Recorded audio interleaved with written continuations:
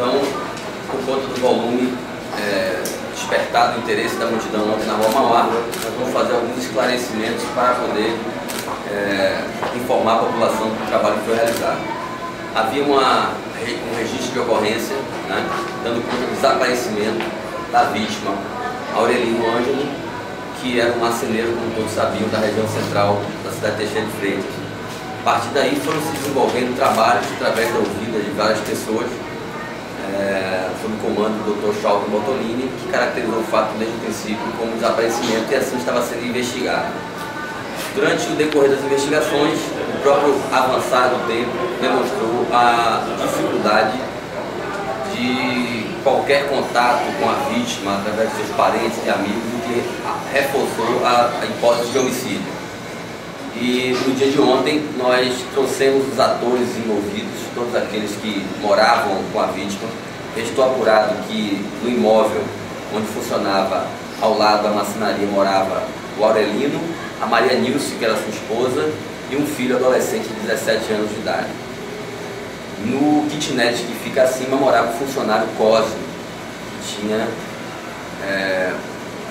desavenças com a vítima, por conta de situações trabalhistas e por conta de a vítima ter humilhado em diversas oportunidades. E ontem, durante os trabalhos de coleta de depoimentos, foram percebidas diversas contradições que demonstraram inconsistência dos relatos que foram inicialmente prestados. E a partir daí, desenvolvemos um trabalho conjunto com os demais delegados para poder trazer a verdade dos fatos.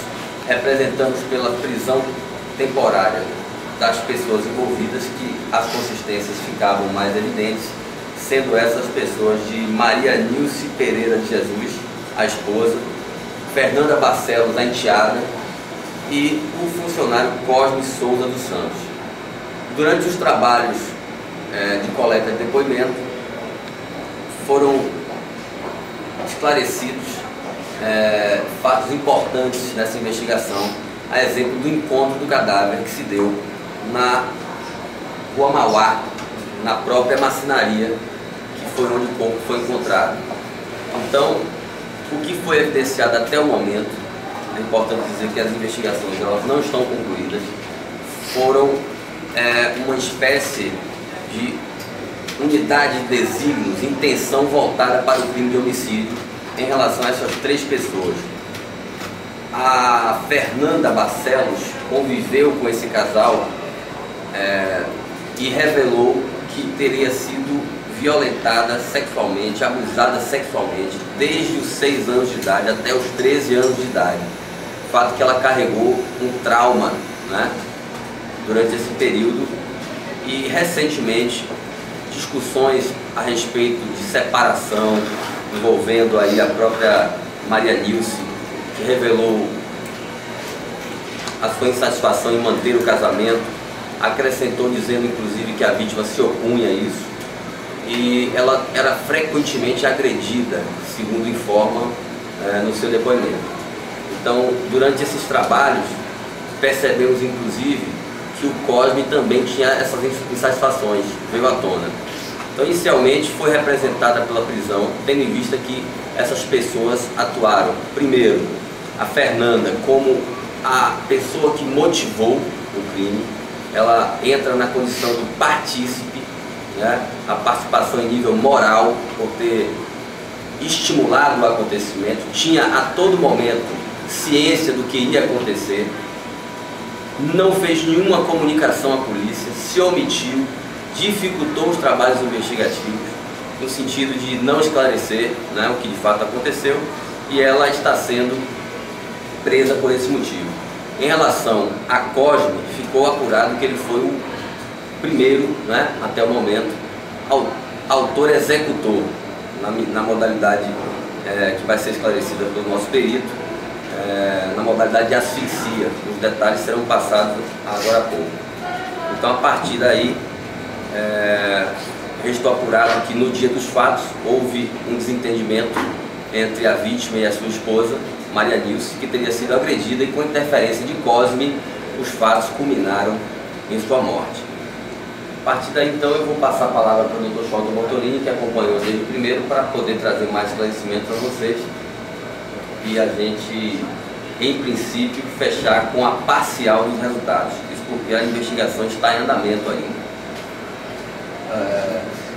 As investigações começaram no dia 6 de janeiro, data do registro do desaparecimento feito pelo filho de Aurelino, filho do primeiro jogador de Aurelino. A partir daí, montamos um arcabouço de depoimentos para depois chegarmos às pessoas de Maria Nilce, Cosme, o filho, adolescente, e Fernanda. Com base nos depoimentos, mais de 10 pessoas foram ouvidas. Tínhamos informações que Maria Nilce teria vendido o veículo logo depois do desaparecimento do seu marido. E logo depois do desaparecimento também, o filho do casal e o funcionário da marcenaria Cosme viajaram para o Rio de Janeiro com o intuito de trabalhar. E também tivemos a informação que o imóvel onde funciona a marcenaria estava à venda. Isso nos deixou, vamos assim dizer, de orelha em pé.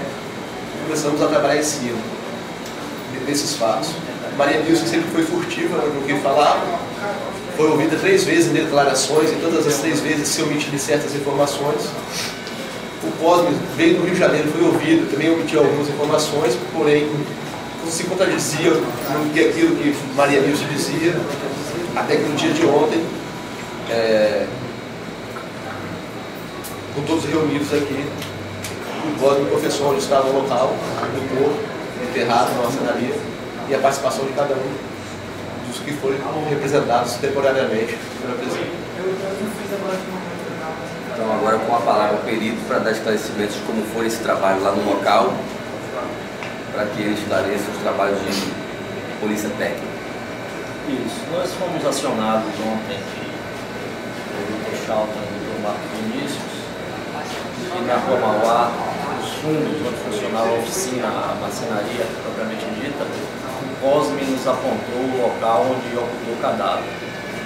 Era uma pilha imensa, né, de madeira, fragmentos e resíduos onde o pessoal, onde a própria vítima trabalhava e utilizava aquela madeira. E os trabalhos iniciaram às 15h10 e foram 2 horas de trabalho intenso. Toda a madeira foi retirada e a reescavação foi executada até 96 centímetros, onde foi encontrada a cabeça da vítima. A partir daí o trabalho passou a ser mais delicado e a vítima foi encontrada em decúbito lateral direito. A princípio teria sido colocada de cócoras, mas antes que fosse soterrada, ela descansou em decúbito lateral direito, ou seja, ela tombou para o lado direito. Ainda dentro do buraco nós percebemos que ela ainda conservava um cabo de aço que foi utilizado para asfixiá-la. Nós fechamos a causa-morte com asfixia por estrangulamento. Foi utilizado um cabo de aço preso a 2 bases, 2 ripas de madeira. Isso fica clara a premeditação, pois durante um confronto, durante um desentendimento, ele não teria tempo de preparar essa ferramenta para o estrangulamento. Então ele preparou essa ferramenta antes e fez um estrangulamento, vamos dizer assim, com uma certa tranquilidade até, imprimindo uma força moderada, tanto que promoveu a asfixia, aplicou as manchas, porém não houve fratura de ióide. Outras lesões ficam difíceis de serem constatadas devido ao grande estado de decomposição do cadáver. O buraco tinha uma profundidade máxima de 1,36 m e 34 centímetros. Os trabalhos foram concluídos na mesa de necrópsias pela perita doc Márcia Cunha e, como eu já falei, a causa-morte foi asfixia por estrangulamento. Então, nesse momento, a gente vai dar desdobramento aos trabalhos investigativos, no sentido de evidenciar alguns detalhes que precisam ser esclarecidos. Esse momento agora, a prisão ela serve para a conclusão do inquérito, na medida em que os atores muito próximos e esses esclarecimentos sem dúvida vão vir à tona.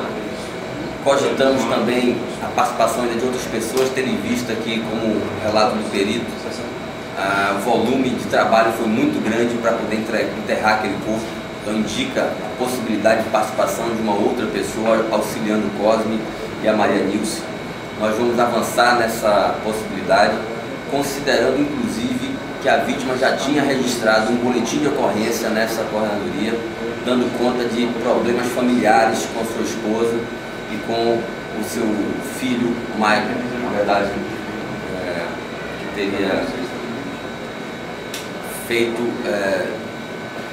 problemas domésticos aflorarem do âmbito policial. Então, isso é objeto de investigação e a partir desse trabalho investigativo nós temos um prazo de 30 dias para a conclusão das investigações e é o que pretendemos anunciar no futuro próximo o fechamento completo desse trabalho da Polícia Judiciária.